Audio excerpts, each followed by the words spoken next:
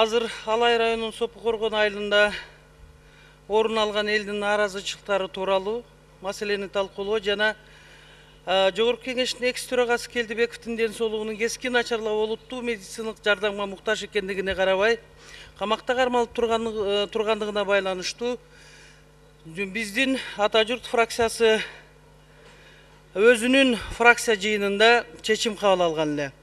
Мына ушул чечимди, урматтуу Асылбек Шарипович, бүгүнкү күн тартибине киргизсеңиз, ушул боюнча бир чечим кабыл алып туруп, биз дагы Кыргыз Республикасынын Жогорку Кеңешине мына биринчи чечим ушундай болгондо алып чыгуу, Кыргыз Республикасынын Жогорку сотуна жана башкы прокуратурага Келдибековдун бөгөт коюу чарасын камакка байланышпаган бөгөт коюу чарасын өткөрүү тууралуу кайрылуу алынып чыксын деп биринчи.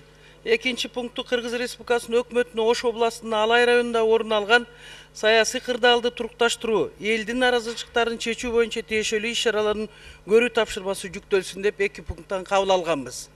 Эми чынында эле Ахматбек Келдибековичтин ден соолугу абдан начарлап кеткен. Чынында эле сөөк менен мындай эч ким оорубасын, сөөккө байланыштуу. Эгерде чынында эле ошол ириңдеп кандайдыр бир чоң залакасы тие турган болсо, мен ойлойм, бул жакшылыкка алып келбейт. Мына өзүңөр көрүп атасыңар, Батукаевди деле жөн эле справка менен алып чыгып коюшту. Узатышып, жакшынакай кылып жөнөтүп коюшту. А көрсө ал эч кандай оору менен оорубайт экен. Нариман Тулеев мына рак оорусу менен ооруйт деген судмед экспертизанын чечими болсо дагы, Келдибековдун судмед экспертизанын чечими ошол башкы прокуратура тарабынан өздөрү иштетилип чыккан эле.